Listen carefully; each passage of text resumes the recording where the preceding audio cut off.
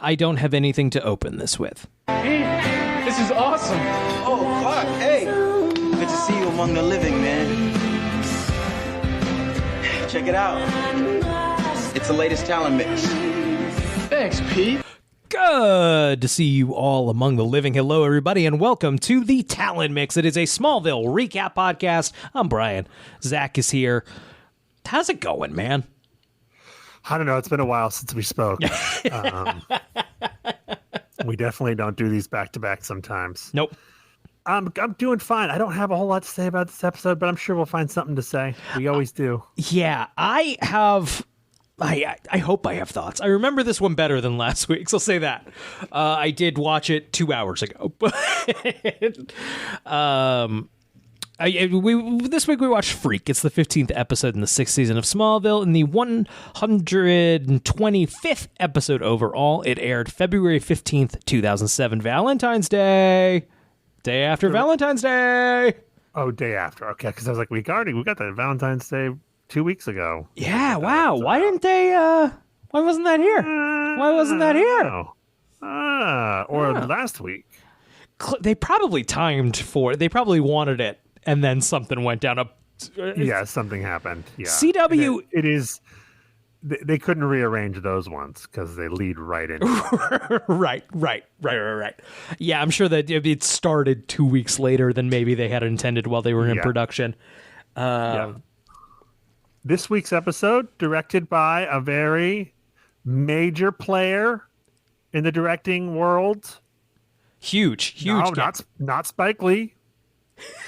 Michael Mann, not Steven Spielberg. It'd be wild if any of those directed an episode of Smallville. It would be really fucking good.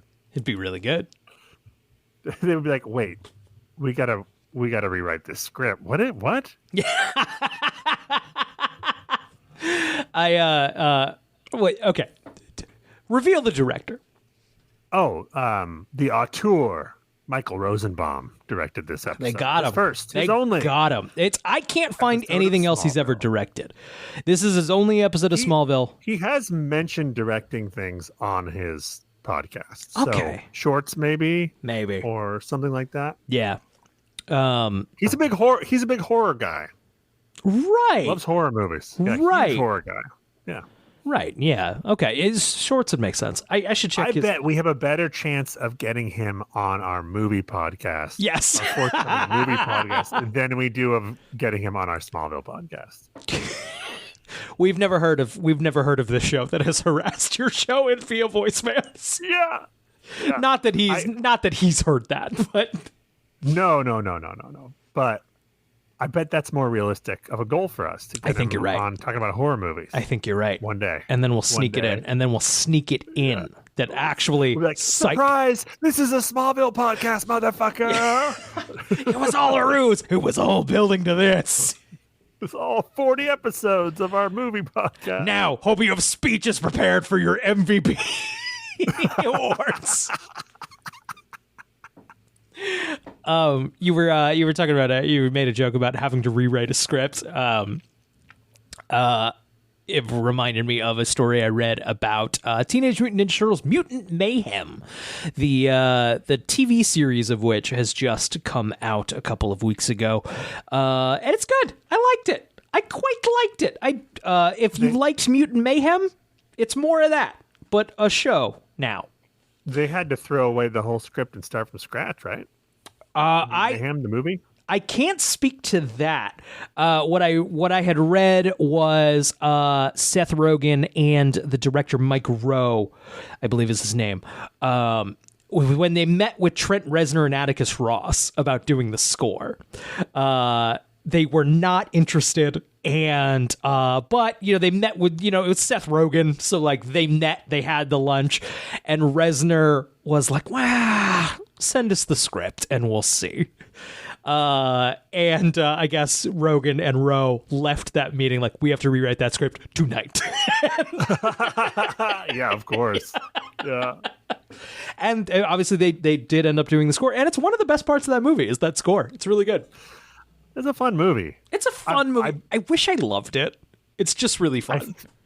I think I could be wrong, but I remember reading an interview with Seth Rogen where he was talking about how I think they got like halfway done with the script, or maybe all the way done, and we're close to, moving forward. And he was like, he realized like this is not, we took the wrong turn.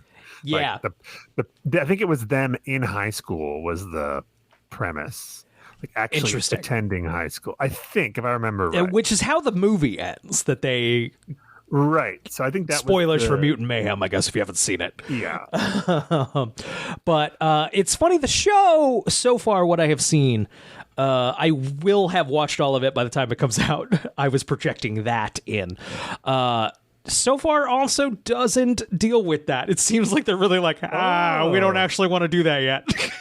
Right, yeah, that's going to be in the next movie, maybe. Right. We had a whole script we didn't use. Yeah.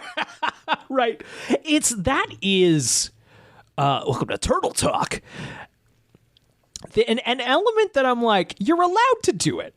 It scares me a little as a big Ninja Turtles fan, as a big. The high school thing. Yeah. You can see right. Zach can see behind me. There's the 1990 posters right behind me. It's one of my favorite movies. We've talked about it on this show with Jesse Eisman. I'm a little like, what are you doing? That's not a thing. That's not a thing we've done. We don't do that. What are you doing? You're gonna go all. Star Wars fan, like it's Last Jedi, just like I'm ruining the lore. You're ruining the lore. Keith, what do you have to say? Oh shit, he's still dead. He's still dead. He's still dead in there. You want me to come talk? No, stay back. Just stop. Howard. This dead guy's he's stinky in here. Reeks, fucking reeks. Should I fuck it? Freshener or something. All right, enough beating around the bush. Lana Lang is having her bachelorette party, in quotations, with just Chloe in attendance at a Smallville bowling alley. Welcome to what I want to talk about in this episode. Where's this huge bowling alley been the entire time?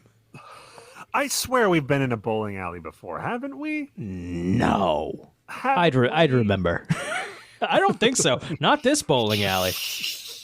This is a large, full bowling alley for a place called. This is a Vancouver located bowling alley. Right, certainly. right. It's clearly the Julian Luther Bridge has led to more increased traffic into Smallville, leading to a sports entertainment complex.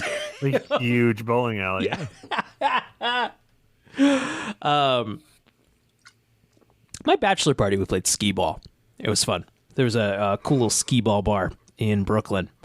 Oh, and that's all they had was skee ball? We'd started at a pinball bar, which it was just a guy's personal pinball collection, and he rotates them in and out of the bar he owns. I think the bar is supplementing the pinball collection.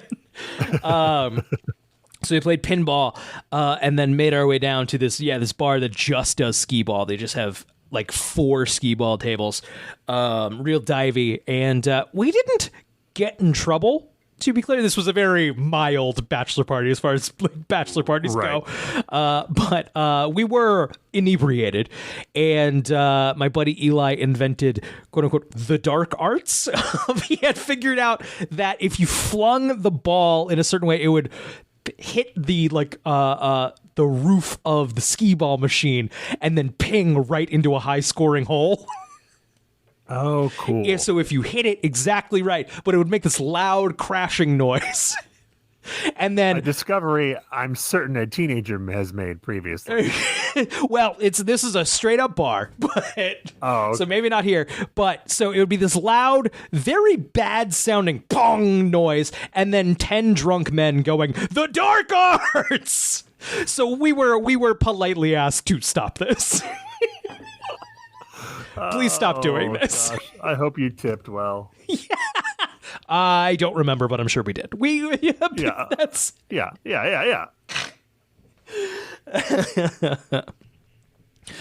Dark arts. It was real funny to us. That same friend brought a large child's Raphael from the Teenage Mutant Ninja Turtles sippy cup. and just asked the bartender to fill it with tequila, which was a fun time. It's a fun time.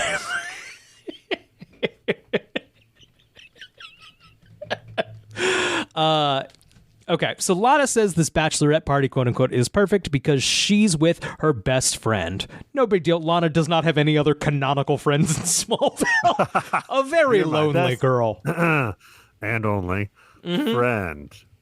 My surviving friend. We don't talk about what happened in the basement in season 3. They are having fun bowling, parentheses, badly, and taking pictures.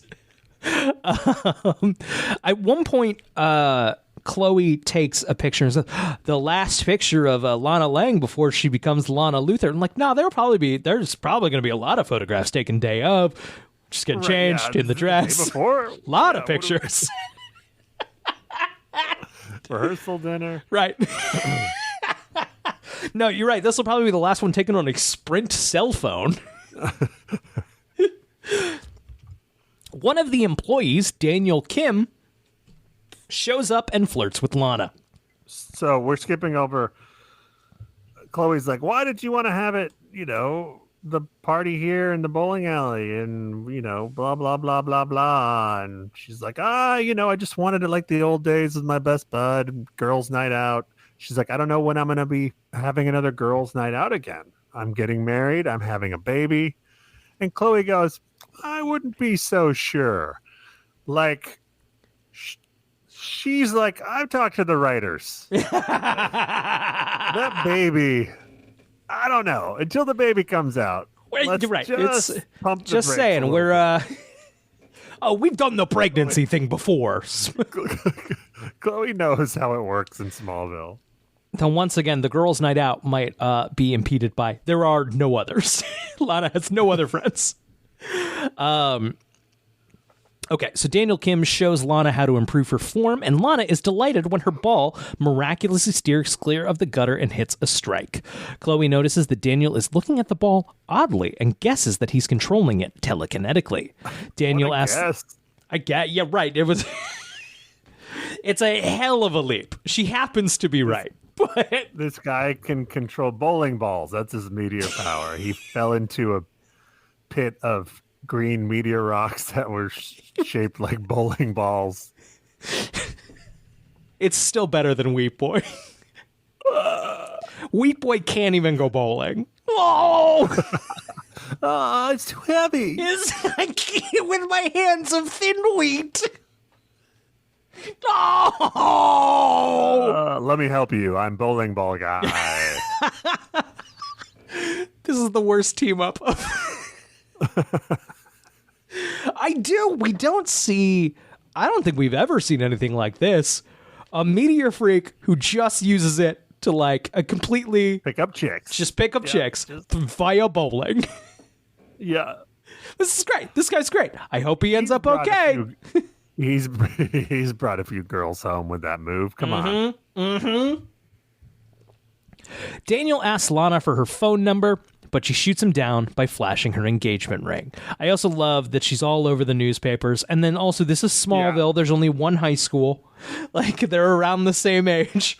She was involved in something around 200 murders. Right. You don't know Lana Lang and her billionaire fiance. I'm trying to think of if anyone I went to high school with, maybe he's new in town. Right, yeah. But if anyone I went to high school with was engaged to a billionaire, whether I knew them or not, I feel like I'd know that. Yes, you'd be like, yeah, that person went to my high school. Yeah, right. Dr. Robert Bethany arrives at the bowling alley, guiding a blind young man, Tobias Rice. He persuades Tobias to take his glasses off, and Tobias points directly at Daniel, saying he's won. He goes... The kid goes, why did you bring me to a bowling alley? And the guy goes, because bowling alleys always attract big crowds. Relative to what? Library? I don't think I've ever been to a bowling alley where I haven't crossed my arms and go, how's this place still open? Yeah, exactly. I mean, sometimes they're busy if there's like a league night or whatever, but there's more crowded places to take this kid. Any mall in 2007, to be clear, not today. That's I about guess it is Smallville. He's like that. We already went to the Talon. Right. We walked around Main Street. Go to a bowling alley. Right. Just driving this blind kid around like a date that's not going well. Maybe we can go to a bowling alley.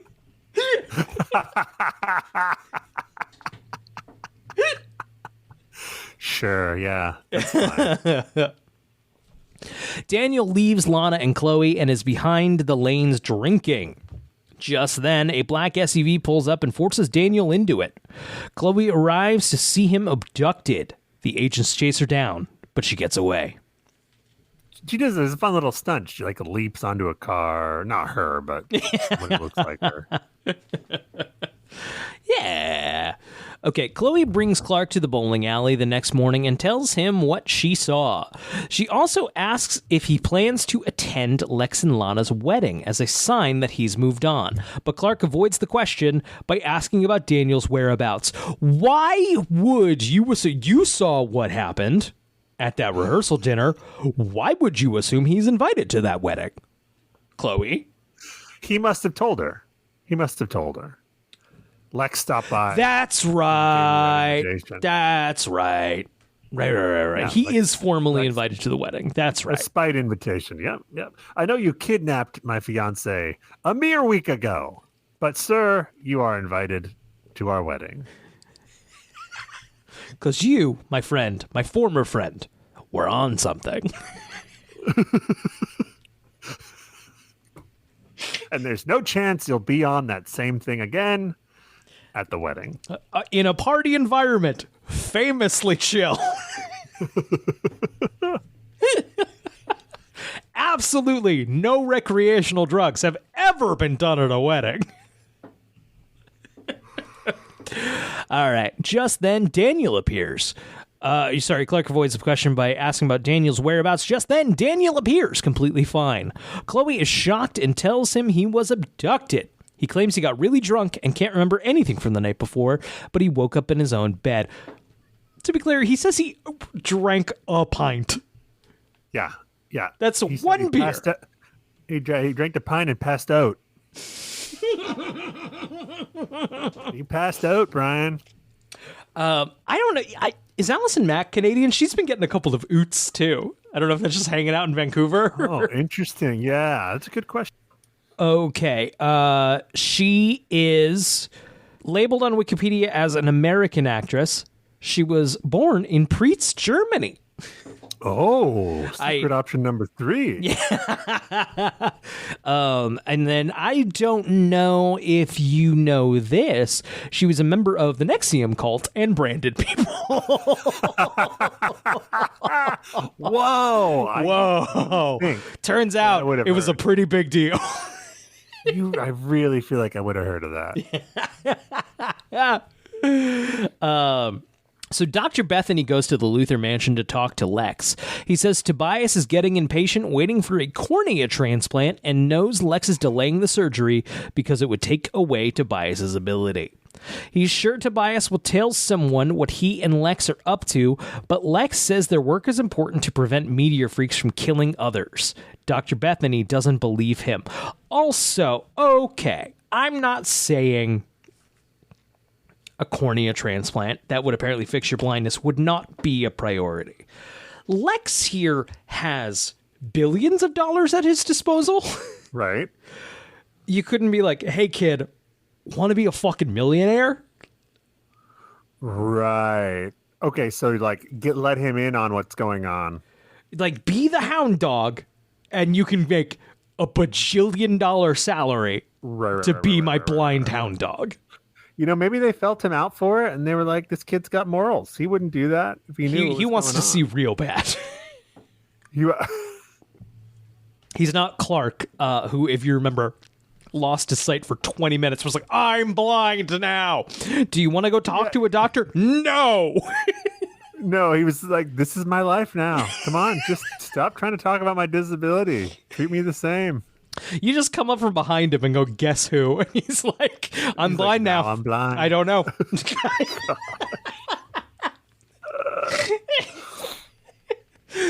Lots I've of people. accepted it. We just turned the lights off, bro. The power just went out. Just chill. It's not. People do it. People live very fulfilling lives blind.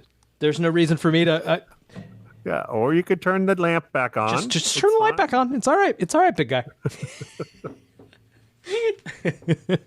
Chloe reveals to Clark that another meta-human also was missing for one night with no recollection of where he was. Meta-human. The show's not using that phrase, right? No, This is that's the some wiki. Snyder fan put that in there. Yeah.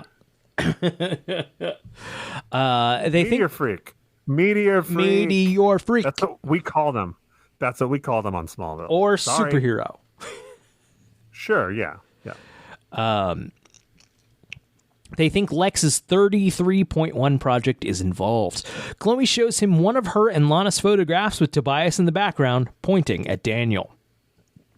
She goes, "Why would a blind person point?" I don't know. Maybe they heard there's- something. Like, yeah, right, there's- more reasons to point. I don't think you got a lot to go on there, Chloe. Also, you also don't know, like, a lot of blind people can kind of make out shapes. Like, you can be legally blind and not see Right, yeah. nothing. Right. Like,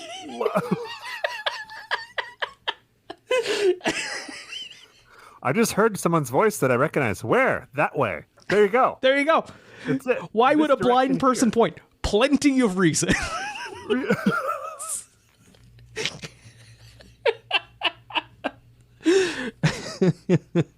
And Clark, the ultimate blind ally, doesn't stand up at all. Doesn't correct her No, one bit. No, that is egg on his face, man. Fuck, man. thought- Doesn't I pass. thought you were Doesn't one pass of the us. purity test. I thought you were one of us.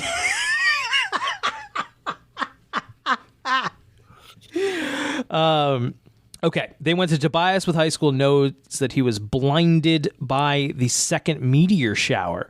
So they go to his house to question him. Tobias lives alone after the shower killed his parents. Whoa. For some reason, I just blanked for a second, and I heard you say the shower killed his parents, and I was like the shower, like in the bathroom. Yeah, no, killed his I'm parents. following. I'm picking up what you're putting down. And I was like, what plot point did I miss? That's Just real hot, meteors. real hot. They had the thing where you don't feel pain, and shower was just too hot. no, it was a meteor infected shower head. It Oh killed him, man, I hate beat him when to that death. happens, dude. Yeah. Okay. Tobias lives alone after the meteor shower killed his parents, but he is self-sufficient and tells them that he is in line for a cornea transplant. Tobias here has a real 2007 emo haircut that is not working for him. He's no, like, put it this way. He's no Patrick Swayze in Point Break. That hot take, that is the hottest Patrick Swayze hair. That is a lion's mane. He looks fucking great in that movie, Brian. Fantastic. No notes, Patrick Swayze. Just In the Leonard Maltin review, they call out the hair. that's I'm not kidding. how great that hair is. I mean, it's No, they call it out for being bad. Leonard. I'm pulling it up right now. I know. Yeah. And you know what I'm doing? I'm pulling up Leonard Maltin right now. I want to. Leonard? No Here we go. disrespect, my guy. I see the top of your head. Do you? I don't know if you should be talking shit about one of the greatest mains in cinema. How fun is Do you Point want Break? the whole dude? review? You Yeah. want the whole blurb? Yeah, give me the Point whole Break is- thing. Here's a hang on. Let me hang on. Let's show everybody a preview of. You know what? I'll say the name. Big movie canon coming eventually. I think October is when we'll finally drop it. In the show Big Movie Canon, we talk about movies, shocker, and we often read little blurbs from Leonard Maltin's Movie Guide.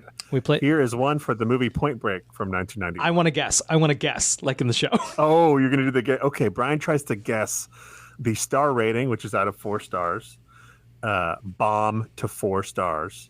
Bomb being no stars. And he tries to guess kind of what the blurb is going to say, a few little notes here or there. You already know he mentions the hair, so that's a spoiler. Right, and that's kind of given me the tone here. I know we've done a series of horror movies, so I know Leonard's kind of take on those, but I don't know his general action movie take, especially in this era. I think he mentions Keanu. Similar. So no fun. Got it. Huge stick up the rear. I think Keanu Reeves' performance comes up. I think it is considered. I think he says the word very dumb or some synonym in that. I think 1.5 stars. Okay. I'm a 4-star Point Break person, to be clear. I think if out of 4, I think I would do 3.5. Yes. But yes. The first time I saw it back, I think in the aughts, I was like, this is fucking stupid. I was too up my own ass movie guy. It's definitely fucking stupid. It is, right. But that's what I didn't realize at the time is like, yeah, and it's awesome. Yeah.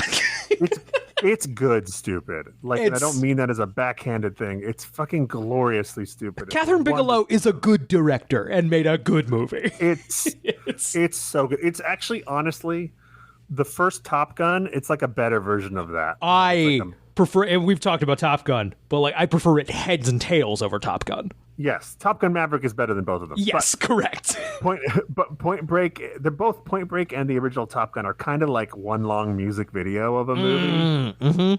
Vibes, and it's a great comparison, and I like Point Break better. But I like Point Break better, man. Point Break's fucking go. That's I never would have made that comparison myself. But great comparison. Okay, all right. What do we got? Point Break, 1991, 122 minutes. Directed by Catherine Bigelow, starring Patrick Swayze, Keanu Reeves, Gary Busey, Lori Petty, John McGinley, James LaGrosse, John Philbin, Sidney Welsh, Vincent Klein, Julian Reyes, Tom Sizemore. Maverick FBI agent Reeves is sent undercover into Southern California's surfing community to investigate a baffling series of perfect bank robberies. Incredible, mind-numbing plotline redeemed by great surfing and skydiving scenes. Assured, fast-moving direction by Bigelow keeps this movie hanging 5, if not 10. Though Swayze is in desperate need of a hairstylist here. Excuse me. So more positive than I thought it was going to be. 2.5 stars. Okay. Yeah, so a little over half. Yeah, that's as good as you can get from. Okay. Yeah. You know what I mean? I don't think Malton's going over 2.5 for Point Break. Right. And Point Break, I understand Point Break was a bit of a cult hit. Right. It was, and it's more. It was a modest hit. So it's more watching it now that it's like, fuck, they don't make them like this anymore. Yes, we were so spoiled. Right. That this was a mid-dumb. This is what a turn your brain off movie should be. And we're gonna be sitting here with Point Break for a while because this episode's not very interesting. So skip ahead if you don't want to hear about Point Break. Not only do they film a lot of scenes outside, like in waves and stuff, but they have a lot of stunts in this movie. And I was texting you, I miss the days where we were just putting stuntmen in and not worrying that it was clearly not the main actor. And I don't say that as a joke. I legitimately miss it because I'll take different guy doing amazing thing that I know is for real over CGI Harrison Ford's head onto maybe guy riding CGI horse. I don't know what's going on. Right. It's or Daniel Craig on some guy who's on a motorcycle and a bunch of CGI mist so they can cover it up, and it's just Give me the stunt man. I know it's not real either way. We'll talk about this on Big Movie Canon, I think in a very early episode. But there's something to... We talk a lot about monsters because our first marathon is horror movies. There's something to, like, I don't think, like, in Invasion of the Body Snatchers, when there's a monster, it's like, it's a real monster! How'd they get that real monster? No.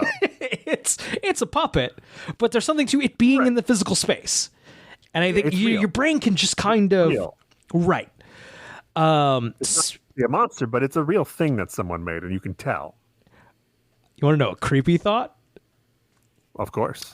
This is a good friend who's been on the show before in our Batman and Robin episode. Willie Muse made this point. And so, you know, the Uncanny Valley, which is a little bit that, like, for anyone not aware, that's the general unsettling vibe you get from something that looks human but isn't quite. Your brain kind of goes, I don't know about that. Right. The common example was, like, that Polar Express movie that Robert Zemeckis made. The very beginning of the motion capture technology, kind of. Right. Just spooky, weird, dead eyes. The eyes. They didn't have it. But I think this, like, over reliance on CGI, kind of like a Harrison Ford photoshopped on, or, like, you know, digitally altered onto a horse, is kind of the same sort of trigger in your brain. But the existence of the Uncanny Valley means that evolutionarily it was advantageous to not think that person looked right? Yes. What do you... I mean, like, were there monsters pretending to be people? And we had to, like... fucking changelings and fairies and shit? Oh, my brain never would have went there in a million years. I'm so glad you spelled it out for me. Yes, that is the only explanation, Brian. I think so. Only explanation. Name another one. There used to be weird horse riding men that weren't quite right. I don't know, man. I think it was weirdly biologically advantageous to realize someone had dead fucking eyes. But anyway, with the real stunt man who doesn't look like the main actor versus the CGI actor, I'll take the real stuntman because you know what? Either way, I know it's not the actor. Right. At least with the stuntman, someone's doing the cool thing. Right. And that's impressive, and that gets my heart rate going. I'll also say, if you're into the movie, you don't notice that much either. I didn't notice. You don't watching care. Point Break. You're right. Care. I think that's more it. You don't care. And I don't know when they decided that we care, because we don't. Like, because they're letting some geek on YouTube get to them like, oh, clearly not the actor in this moment. Like, okay, we all noticed, no one cared. Right. You know, it's like you watch an old movie or like an old episode of Gilligan's Island, and there's a guy in a monkey suit, like a gorilla suit, like, oh, the gorillas are gonna get fucking Gilligan. And it's not that your brain is like, fuck, how'd they get a gorilla in there? It's more just like, what else are they gonna do? You know? Yeah, it's fun. Yeah, what are we supposed to do? And what are you gonna do? Island's Teach not Keanu really Reeves how to surf? either. There's no time. Like, No, we can't be riding these big waves and shit. Right. Jumping out of airplanes. So your brain just moves on. Yeah. And takes the abstraction. Someone is doing it. Right. Someone's doing it, and it's cool. And it looks just so much better when somebody really does it. It just looks better. It's so good. Point Break, good movie. Good movie. Maybe one day we will cover it in full on a podcast. Big Movie Canon. Once again, Big Movie Canon. Coming soon. Like I said, October-ish. He almost drops a glass. This is Tobias. Tobias almost drops a glass when Clark super speeds to catch it. He is startled and his glasses fall off. He gasps, clutching his head, and asks them to leave. Clark and Chloe are suspicious, so Clark uses his super hearing to listen in on Tobias, calling Dr. Bethany to report he found another one. Narc. Yes. Narc. You could have just not, unless you're getting paid by the freak. I think they're they're trying to tell us that this kid didn't know what he was doing. That he was. What did you think you were finding? What did you fucking think they were doing, buddy? No, he was purposely not asking the tough questions. I think. Chloe finds Lana waiting for her when she arrives home. When Chloe avoids her questions, Lana correctly guesses that Chloe isn't talking because she thinks Lex is involved. Chloe admits as much, saying Daniel Kim has a meteor power. Lana considers that he might use his powers for good, and Chloe tells her about Tobias's ability to identify them. Well, Lana's like, yo, what's this kid's name? Who can tell who's a meteor freak? Because I have a guy I think might be a meteor freak that I want him to check out. Right. So that's what happens in that scene. Is this a good time to distract into what stuck out to you about director Michael Rosenbaum? Look, it's hard to say if I would have noticed anything if I didn't know that he directed it. Right. See in the credits, but it did seem a little off at certain points. Some of the stuff was cool, like he was trying stuff, but the performances seemed a little hammy. I don't know. Sure. And especially there was a few where he was really off because I'm sure he was focused on a bunch of shit at the same time. Right. I thought he pulled it together toward the end. He had a really good scene, but I don't know. I thought it was a little off. Something was off. It's on his podcast Inside of You. Kevin Smith was on, not the most recent time, a couple of years ago, and Kevin Smith kind of cavalierly mentioned that you can, because he's directed some stuff for television, and is like, if you walk on to an established television show,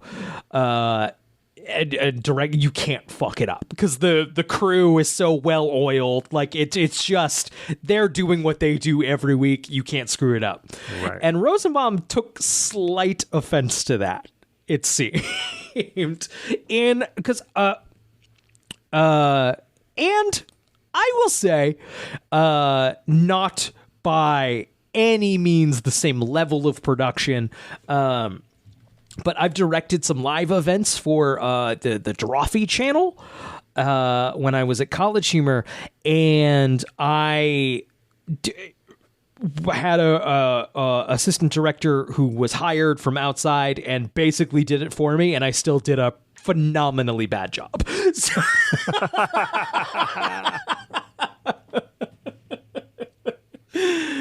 I would agree with Rosenbaum that obviously it's not as simple as Kevin Smith was saying, but I also think Kevin Smith knows it's not that simple. He was just making a point. I'm also sure compared to from the ground up making a movie, especially a more independent movie. Right. That was his whole point. Right. But you can do a bad job, as I have. Yes. Having an assistant director sitting next to me going, "Are you sure?" And I go, "You're right." I know. Well, look, I wouldn't say this was a bad episode or he did a bad job. It's not a stinker. It's not a stinker. There were some things where it seemed a little clunky.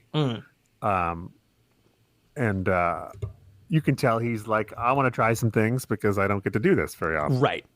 And we've talked about before, a TV director is not the same level of... no, and that's kind of what Kevin Smith was talking about. Right. Too, right? Right. The buck doesn't fully stop with you. No, the writers are in charge. Right. On TV. Right. But I think guys who were on people who were on a show for a long time like to get the experience in directing. So when they move on to other things. Take the opportunity. Yeah. And that's, I mean, guys like Tom Welling who don't get to do anything else. It's because you were on the show all of the time. Those are ways to keep them happy. I'm like, you can direct some episodes. Yeah. I'm pretty sure Allison Mack directs one coming up. Or, fun. Maybe a few seasons. I think she directs more than one. I think she directs several. Interesting. Yeah. Not the same thing at all. Once again, this episode's really not interesting. I'm looking at how much we have left. It's so much. But I thought it was funny. Spock famously dies in Star Trek 2. Spoiler. Sorry. He dies in a no, he didn't die in the J.J. Abrams one. He definitely does not come back to life. Definitely not. Remaining Definitely seven not. other. So, but like there really was for Leonard Nimoy like I don't want to keep doing these. I don't want to just be fucking Spock and keep doing fucking Star Trek movies. So kill me off and then we'll see what happens. And then he was like, I'm not coming back. You can direct 3. I'll come back. Yeah. Well, also I think he said like the first one was a terrible experience, and so he's like, I'll come back if you kill me, and I don't have to worry about it anymore. Got it. And then they had a good time or whatever, and it was like a good movie. Right. And, Just got it. And then you can direct. That's. I think that's what happened. 3's underrated. 3's pretty good. No, 3's good. I like 3. 3 gets lumped in with the bad ones. It's it's just an episode of Star Trek with a movie budget. No, 3's fun because it's like Kirk and the remaining crew got to get the gang back together and hijack a ship to go revive Spock, right? Isn't yeah. It's good. It's fun. Christopher Lloyd is a fucking Klingon. Look, this might be controversial. There's no bad one of those original movies. Of the original ones, no bad one. I do not have fond memories of Final Frontier, but it's not. It's I can't believe you wouldn't enjoy Final Frontier. It's been a long time, and I will say I probably haven't seen it since 2009, and I was very I definitely went into it like this is the bad one, so that was very informed. Right. It's very silly. Yeah. And I had a lot of fun with it. I think it's time for a rewatch of Final Frontier for you, Brian. I think so. I should do all. I was like, I'm going to do all of them again. And then I stopped after the first one. That's the whole thing almost stopped after the first one. I am a defender of the first one. I think it's big and it's weird and that's kind of cool. Oh, yeah, me too. It's not the most exciting of the franchise. No. It's very beautiful to look at though. Yeah. It's gorgeous looking. It is funny. I think you're the same way. Not a Trekkie, not No. I've seen the good episodes of the show of the original series. I have not seen much of any other show except for the new one, Strange New Worlds, which is very good. Love the movies. Love a lot of the movies. Yeah. I've seen all the movies. Always love the movies. Are there? So you said there's nothing. There are no bad ones of that original run. Do you not feel that way about the next gen ones? I have no experience with the next gen ones. The next gen ones I liked a lot when they were coming out. That was my original. That was the first one I saw was First Contact. Saw that in the theater with my dad, and I was like, "What the fuck? This is dope." Why didn't I? Little did I know, First Contact was kind of an outlier, like what those movies are like. And I was like, "This is fucking sweet." And then I saw them as they came out. Nemesis is a stinker. Got it. For sure, Nemesis is a stinker. I think the other two, besides First Contact, are fine. I think I wouldn't call them bad. I saw one in theaters. I made my dad take Insurrection. Maybe? Fountain of Youth planet. That sounds about... I remember Data being like, Data's bad for a little bit, and then he's like, I'm better now. And that's the only part I remember. That might be First Contact. No, it's not First Contact. It's Data dies in Nemesis. It's not Nemesis either. Nemesis is the last one. It must be Insurrection. It was. I remember making my dad take me to see that. I don't know why I didn't watch Next Gen. I don't know why I was like, I want to see that. Space movie. That must have been it. But either way, my dad was not stoked.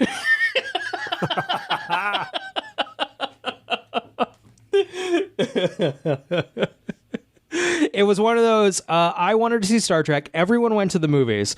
My mom and my two brothers saw something else, and my dad had to see Star Trek with me. And I think my dad kind of wanted to go see whatever something else was. It's funny thinking about it. I remember seeing that movie opening week or opening weekend or whatever, and it was like a jam-packed house sold out, which like most movies did back then, the first weekend. And it's funny thinking at the time, like I always considered that movie like a big hit, but it wasn't really. They were all no, they were all pretty modestly budgeted, and like they were kind of just First Contact was the only like big hit of those next. First, right? That is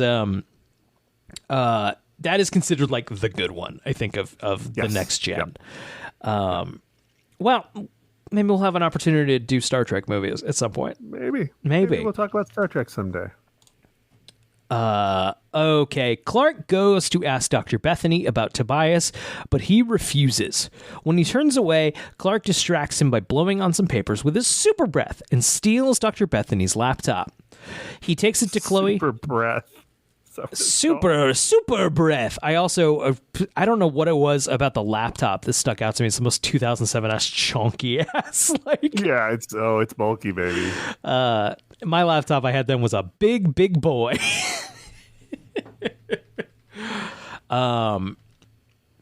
He takes it to Chloe, but she isn't home. Jimmy Olsen is there and is worried about panicking because Chloe hasn't answered her phone. He asks Jimmy to break into the laptop and super speeds to question Tobias again. Clark thinks Chloe was taken because she was a witness, but he was shocked when Tobias reveals that Dr. Bethany was only collecting meteor-infected people. Chloe is seen strapped to a table naked while masked figures scan her body and take samples. Yes. So Chloe's kidnapped and put in this exam room. She's strapped down, conveniently strapped down with straps that just cover her boobies. Mm-hmm. They're like, okay, extracting DNA. And then they jam a giant, 2-foot needle into her stomach. I'm like, DNA? Don't you just need a hair for that? That was definitely just like the scene in The Matrix, right? Like the scene in The Matrix. Right, yeah. It was fucking gnarly, dude. Alien autopsy shit. The big thing here is that the Tobias guy says to Clark, basically, Chloe's a meteor freak. Right. That's the big reveal. Right. Okay, Lana asks Lex if he knows Tobias. Sorry, just the point. The music that plays as we go to commercial, when he tells Clark that Chloe is meteor infected, you would think it was the season finale of fucking Lost or something. Like this was a real reveal. This was huge earth-shattering news. And not just we don't really have much for Chloe to do anymore. Yeah. Can we? Something? And this Brian is, as it turns out, and it's going to really seem like one of these things where they didn't know what her power was when they decided she has meteor powers. Does she have a meteor power? Yeah. This is real. This isn't a fake out. Even by the end of the episode, I thought this was a fake out. Oh no, she really is a meteor freak. Okay. But we don't find out what her power is for a while. Got it. I might not have been watching when I found out. Or when it was revealed, when I found out, because then I forgot. I'm tying it in. This is a bit, of course, tying into the episode where they all forget or something. Oh, or yeah, something. Totally. Yeah. Because you weren't paying attention. Yeah.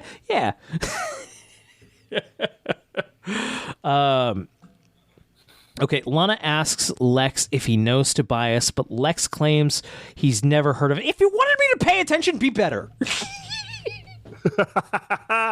Be better than my Game Boy. Or my child. Or my child. Be better. It's not hard. She's a toddler and she's annoying lately.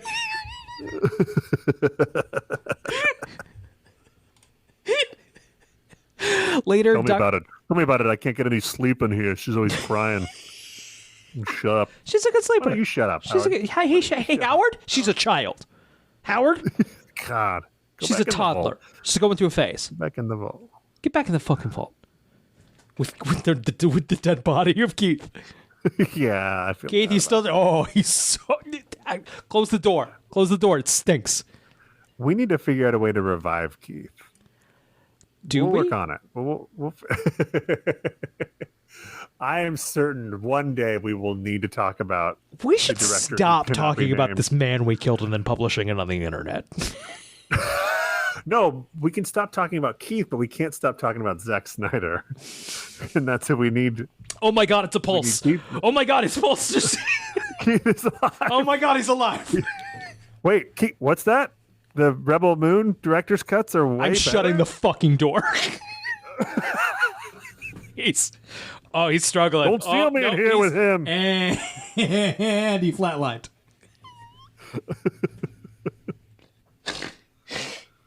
Apparently fuck it, tangents, fuck it.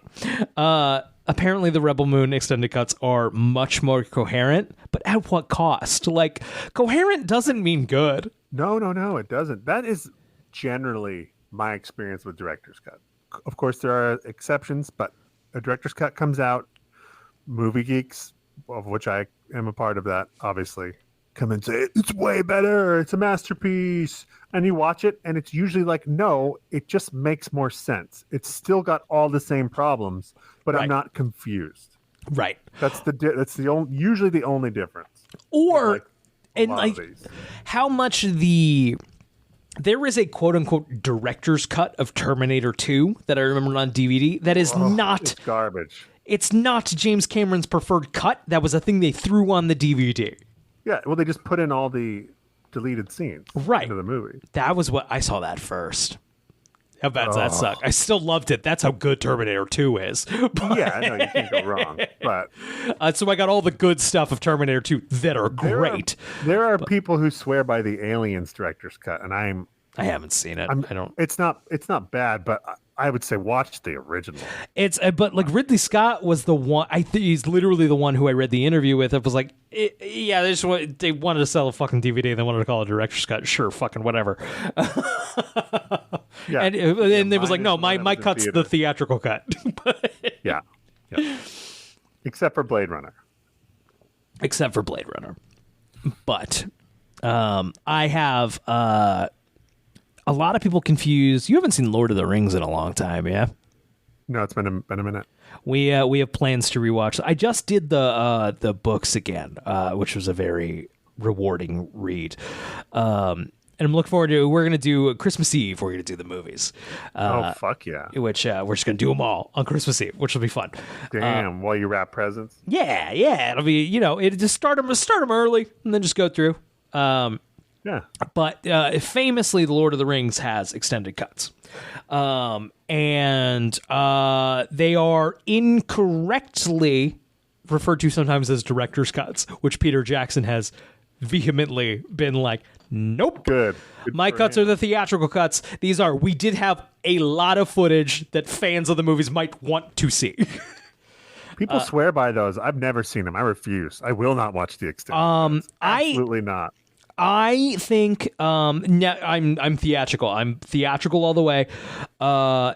Fellowship is good. I do like all of the stuff that is added. Towers is a huge slog. Great, very tight theatrical. Right, I was going to say, I remember that being an exciting movie. Slog extended. There's a lot of little stuff, like just sort of... It's very clear stuff was shot to be cut, of like, right, there's a lot of like repeating beats kind of. Yeah, that's usually what happens. That's why it's cut. There's a reason it's cut usually. It's for pacing. If the movie's 3 hours and it didn't make it in, you didn't need it. But, you didn't need it. Okay. It's still a long fucking movie. Yeah. These, in rare cases, the studio interferes or something happens and something gets fucked up and you need that director's cut. But right. Usually we didn't need any of that shit. We didn't need it. It didn't make it better.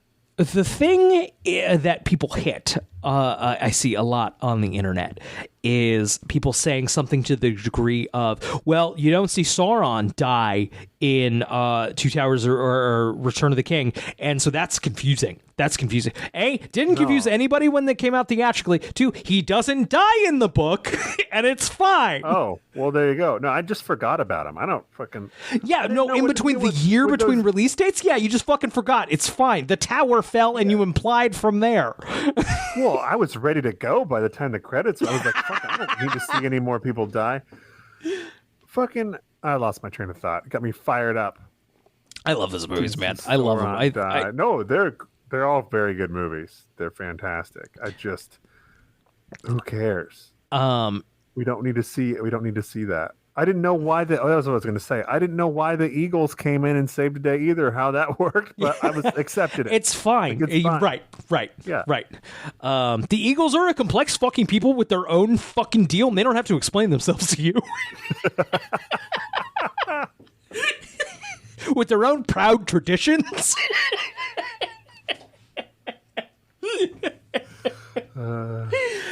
The answer in Lord of the Rings, when like, why is this Catholicism? It's Catholicism is why. One more Lord of the Rings thought. If you want a more, rather than the extended editions, which are not better than the theatrical editions, if you want more Lord of the Rings book stuff, the BBC audio dramas from the 80s are fantastic. It's a pretty complete retelling of the books. They cut some stuff out, but they don't rework anything. The movies rework a lot of stuff. Right.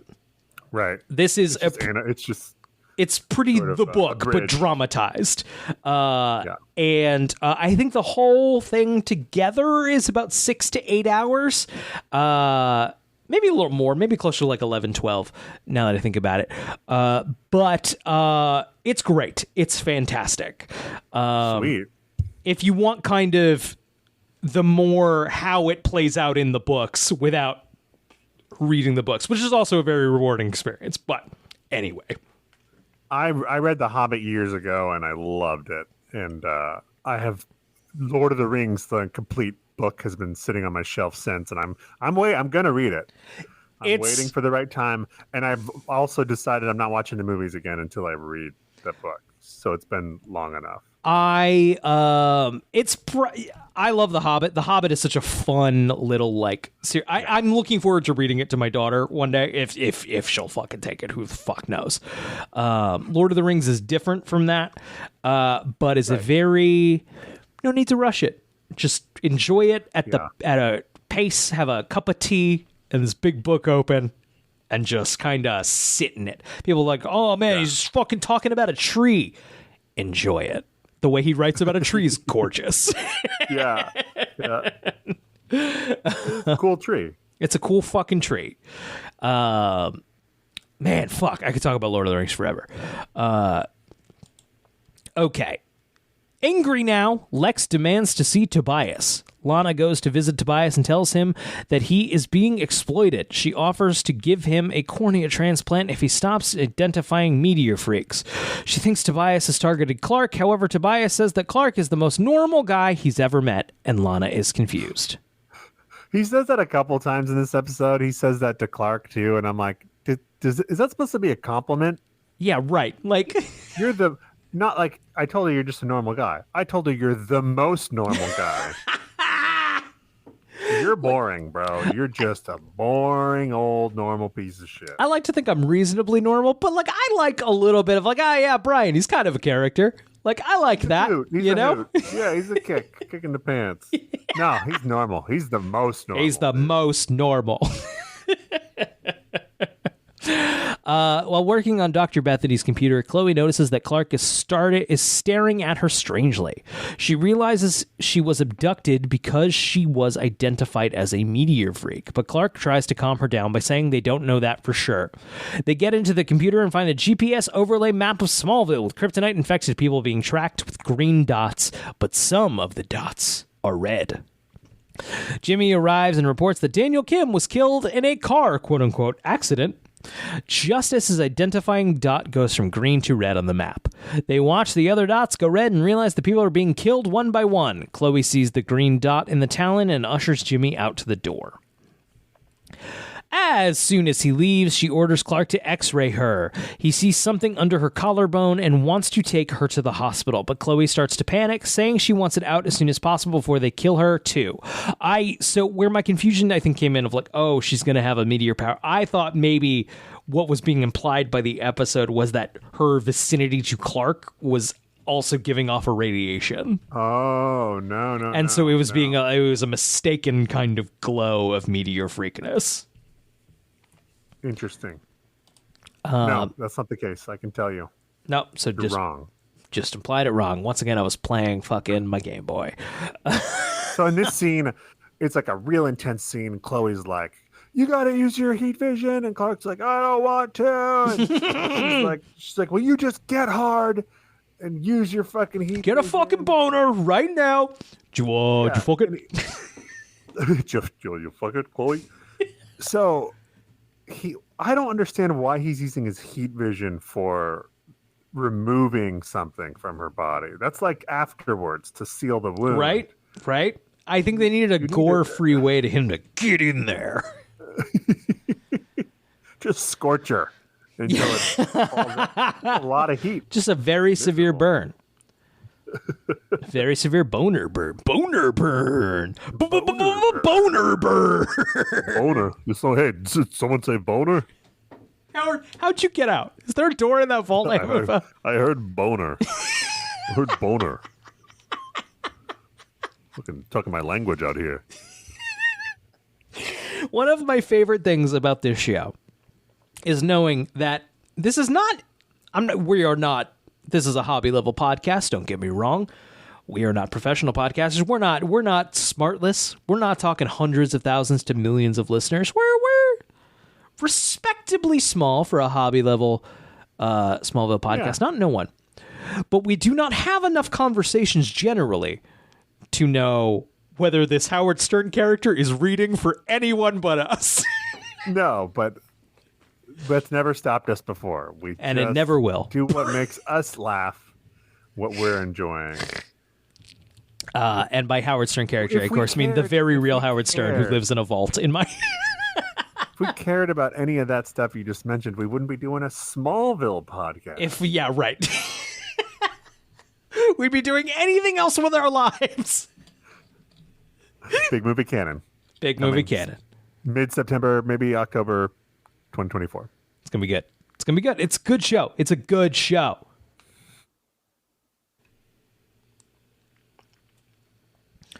I got my internet was being funky, but I think I'm back. You're doing the thing, Brian. Okay. You're doing the thing. Hello. There you are. There I am. Got to mute and unmute. That was a... You're muted. Hello? There you are. There I am. I got a red banner that like my internet was being funky, so I marked it on here, but... Okay, cool. We're good. Right. Yeah. Okay. As soon as he leaves, she orders Scott. No, okay, we did that already. Okay, fuck, goddamn. She tells Clark to use his heat vision to burn it out. When he objects, she grabs a kitchen knife to do it herself. Clark relents. She braces. This is an okay scene, but Clark relents. She braces herself against him, and he burns a small hole in her shoulder and picks the object out, a GPS device. He crashes it, and a second later, her green dot turns to red on the map. When Jimmy returns, so it's just whether the GPS device is functioning? Yeah. It's not, because otherwise it would go red the second it was out of her if it was measuring like biometrics or whatever. Right. This might be kind of silly, Mr. Michael Rosenbaum.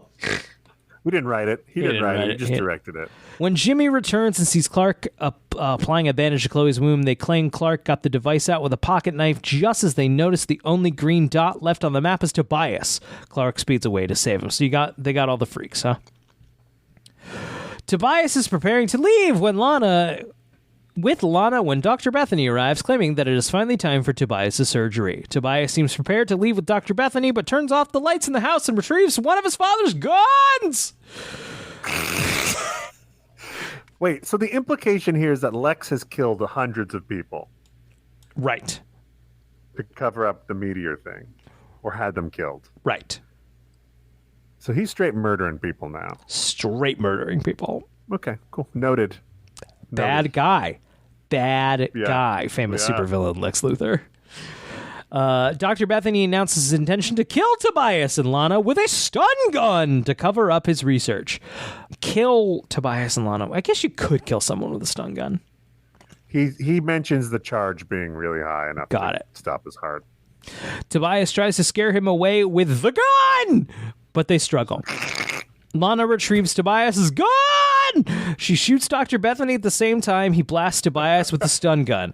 But Clark super speeds into the confrontation. He deflects Lana's bullet and absorbs the blast, which rebounds onto Dr. Bethany and kills him. Lana and Tobias are confused, but glad she's safe. However, Lana finds the ricocheted bullet.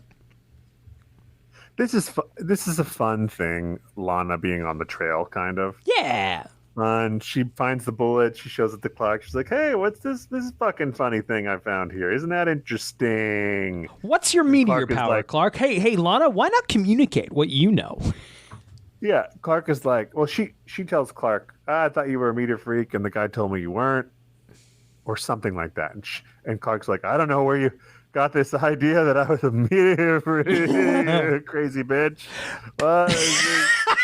Insane. Especially when you can be like, I'm not. Right. That's not a lie. That would be the first not lie you could tell, Clark. Right. I'm not a meteor freak.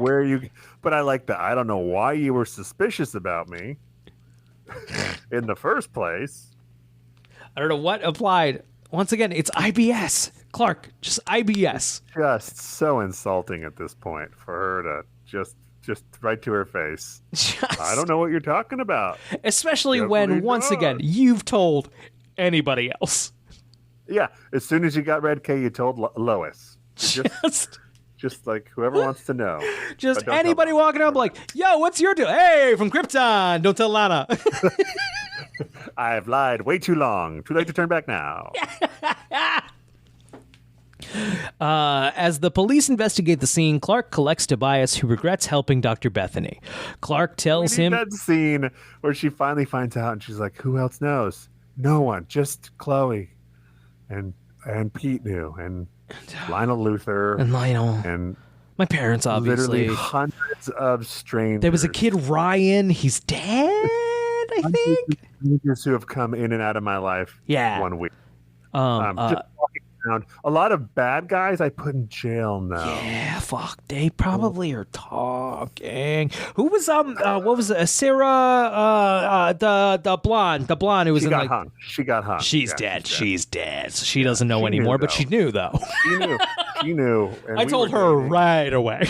Yeah, she found out. Well, she found out, but she was cool about it. So she was cool, nice. and then I told her everything. I told her too much. Yeah. But, that's where I learned, huh? And then I told you, but then you died. So. I did tell you, yes. In my defense. You dumb bitch. You don't remember what I told you just because I went back in time.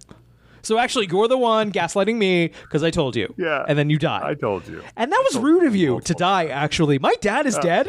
Because I saved you, actually, because I told you. So yeah, and not because of some weird issue my birth dad has. Oh, what birthday? I don't want to get into that right now. Actually, that's too personal, Lana. Actually, you're the one crowding me right now.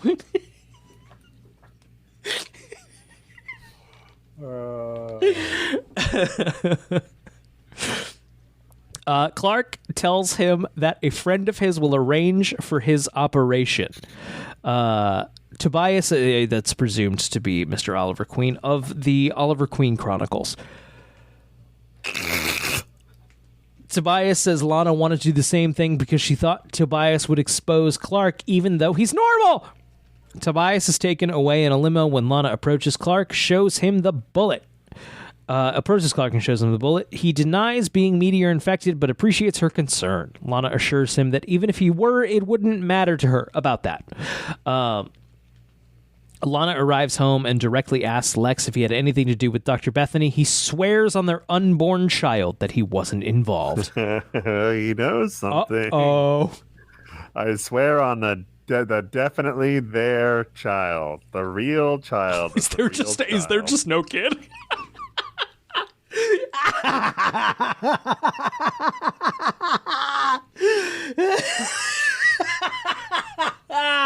That's fucked up. I'm making a series of faces that the listeners can't see, but it's possible. What's worse, Clark or Lex?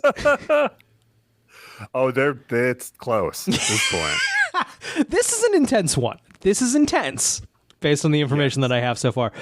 But Clark's ruse has been going on for years. Years! Yes, but he never did something like make her think she was pregnant so she would marry him. That's really bad. That's really bad. If I remember correctly, that's what it turns out to be. That there was no baby at all, and that doctor is just Lex's doctor who came in and was. Oh, they had no idea what the fuck the deal was. See, that's what I was. That scene does not make sense. It's not quite. They had no idea. Got it. Well, we'll discuss. But maybe I'm remembering it wrong. But my memory is she has a miscarriage. She thinks she does. Yeah. And then later it's revealed that there was no baby in there. Got it. What about her? Hey, what about like the thing that happens when you die? I guess she could be like, there's a monthly thing that usually implies whether you're pregnant or not. Oh no, they're dragging her for that. Got it. Yeah, that makes sense. That makes sense. Okay, we'll talk about it. Clark finds Chloe at her desk at the planet, and she admits she can't sleep or work because she is worried about being meteor infected. They don't know if she has powers, but Chloe is upset because every infected person she knows has ended up dead or in Belle Reve. She starts to cry, and Clark tries to comfort her. Later, Lex views a video of Chloe being experimented on and advises associates to keep a close watch on her. Dun, dun, dun. What is the needle drop at the end of this episode? It is a song that does not fit. So I'm wondering if Michael Rosenbaum was just like, this is a song I like. I want to use it. Yeah. The featured music of this episode is Money by Dirty Children and Closer to You by Samantha Mullen. I think that's the one. And it's not a bad song. It feels out of place. Sure. So, I don't remember hearing it, even though I did watch it. There have been many times where songs felt out of place on this. So maybe it's not Rosenbaum. I wonder if he had the control on that. Yeah, I don't know. I would love it if they talked about that kind of stuff on a show. Oh, Brian, they will. We're going to get a fucking 3-parter about this. Guaranteed. No Lois Lane, no Lionel Luthor, no Martha Kent this episode. The Talon's address, Zach, is listed as 220 Main Street, Smallville, Kansas, zip code 35409. This is a fictitious zip code, but if it were real, it would be located in Alabama. Oh, come on, Smallville writers. that was a set person or something. That wasn't like a writer wrote that. Right. Who knows? Could have just been somebody having fun, you know? But yeah, it's true. Which, speaking of having fun, get ready for this. You ready for a fun fact? When Lana and Chloe are in the bowling alley, Lana picks up her second bowling ball, and the writing on the ball shows Lois Lanes. Like a bowling alley. Funny. That is funny. That's funny.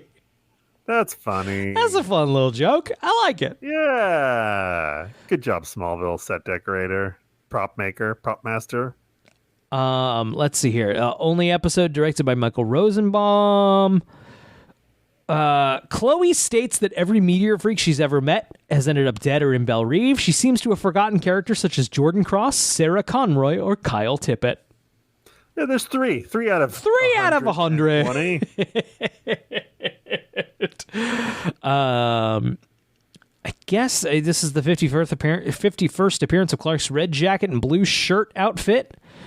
I'm gonna cold read that Clark uses all of his superpowers in this one, including super breath that we haven't seen since Sneeze. And cold reading this one, Lana's conversation with Clark at the end of the episode about it being okay if he was a meteor freak is strikingly similar to their conversation in season 3's Extinction, which also had a similar plot of meteor freaks being killed off one by one. Chloe also talks about Clark about when she learns that was the Ku Klux van. Right. This was not interesting. That was a long paragraph, so I thought it might be. All right, everybody. Thank you for listening to the Talon Mix. If you want to get in touch with us, you can head to bit.ly Brian Zach Pod. Once again, that's bit.ly Brian Zach Pod. You can find a link to our Discord there. You can find a link to our Patreon. Also, if you're listening on Spotify, they have comments now, so you can comment directly on this episode and say something mean, and I will read it, and it will hurt my feelings. Hey, maybe rate this on your podcasting app of choice and imply that you liked it. That'd be nice of you. Yeah, give them 5 stars. Give them a thumbs up so they'll shut the hell up. That's it. That's all I want. That's all I want. Do it so I can shut the hell up. I'm mugging to the camera right now, even though you can't see it. Zach, do you have a question for the Smallville gods? Did the writers not know what they were going to do with this pregnancy when they started writing it? Good night, everybody.